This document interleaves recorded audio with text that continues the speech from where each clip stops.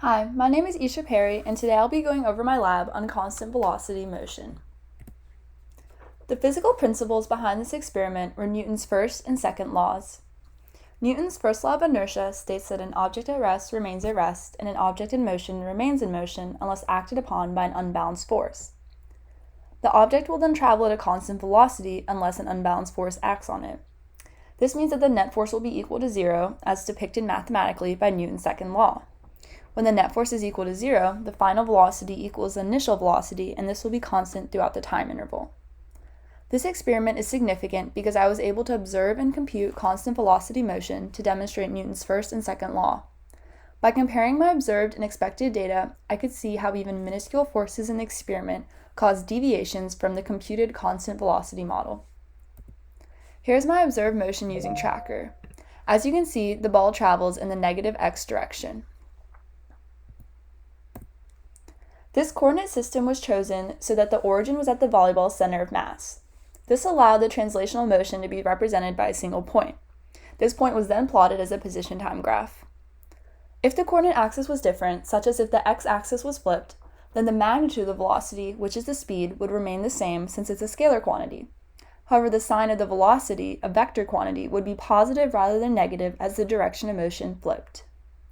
The velocity of the ball was calculated using the first two data points from the observed motion table generated by tracker.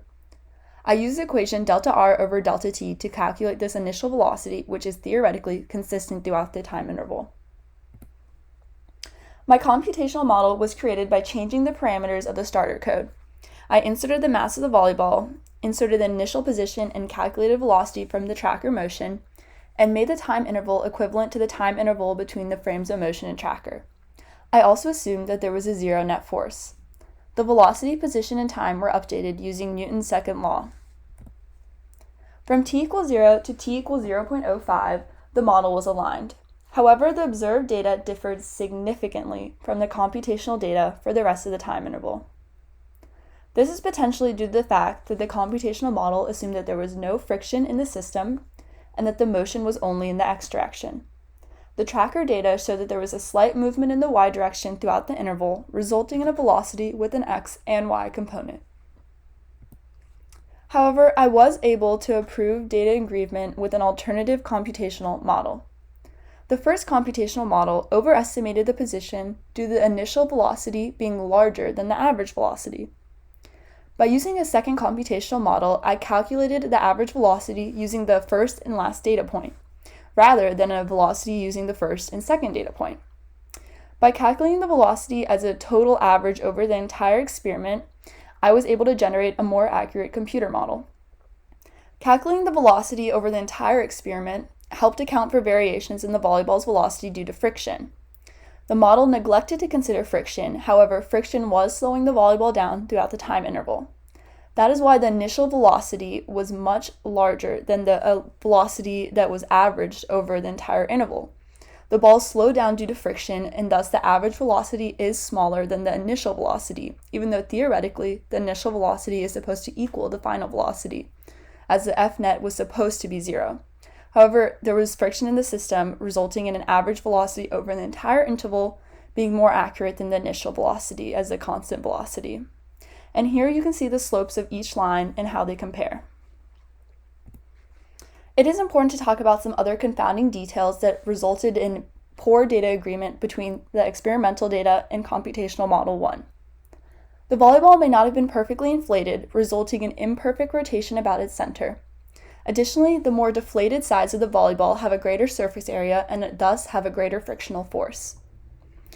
The center of mass may not have been perfectly selected in each frame. It was manually selected in each tracker motion frame.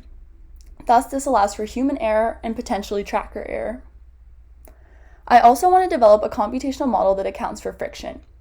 While I was able to create a better model using an average velocity over all the data points, using a computational model that accounts for friction may have improved my data agreement between computational model 1 and my experimental data. I also could have decreased the number of frames that were analyzed in my experimental data to help improve data agreement between computational model 1 and my experimental data. While I did already decrease the number of frames, decreasing this more would have resulted in more accurate data. I can't say exactly how the forces interacted in each direction to result in F net equaling 0. This is because environmental factors that I could not control, such as an uneven surface, air conditioning and fans in the environment, a not frictionless surface, and a slightly deflated ball, resulted in forces acting in ways I cannot accurately predict. I do know that friction, normal force, weight force, and drag acted on the ball, but I do not know how exactly they interacted. And here's a diagram showing the differences between zero and non-zero net force. Thank you for watching.